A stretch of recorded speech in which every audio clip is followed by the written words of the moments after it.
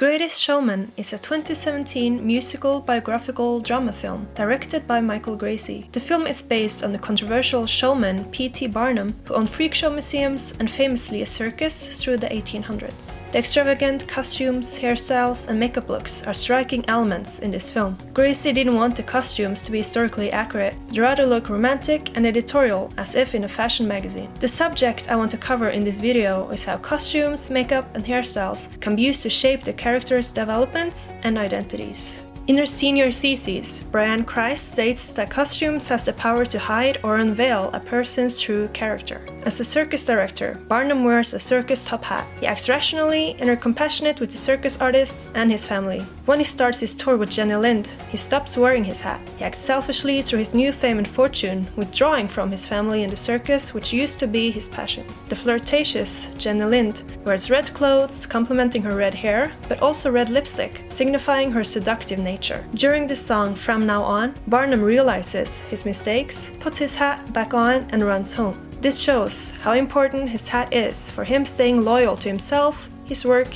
and to his family.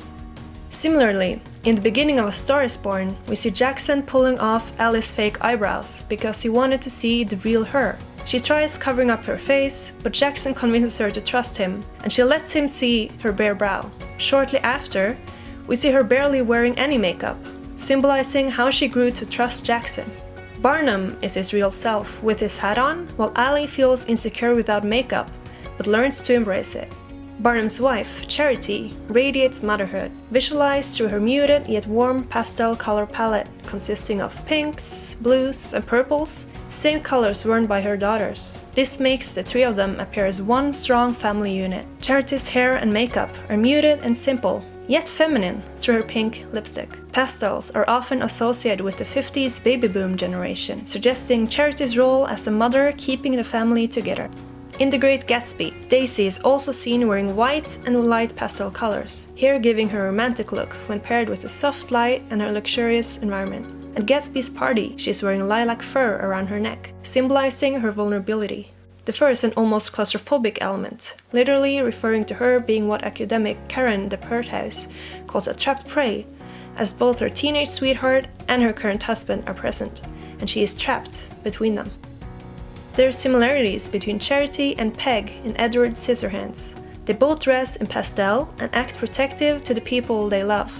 Edward Scissorhands has a similar pastel color story, with Peg wearing the same colors. Both Edward and the circus artist in The Greatest Showman are outcasts in the society, with Peg and Charity working as strong mother figures. The family motive is also apparent in The Hunger Games. Katniss wears braids throughout the film, and the lead hair designer has stated that the braids connect to her family and staying true to her roots back home, despite being dragged into this real world of The Hunger Games. Braids also symbolize revolt through the Capitol government, for example when Katniss arrives there wearing giant braids. This is comparable to the character arc of Anne Wheeler in The Greatest Showman. In the circus, she wears bright pinks and purples, glitter eyeshadow, even a pink wig. But when letting down her emotional guard outside of the circus, she wears minimal makeup, neutral colored clothes, and has her natural brown hair worn down, the simplistic style symbolizing her vulnerability in these situations.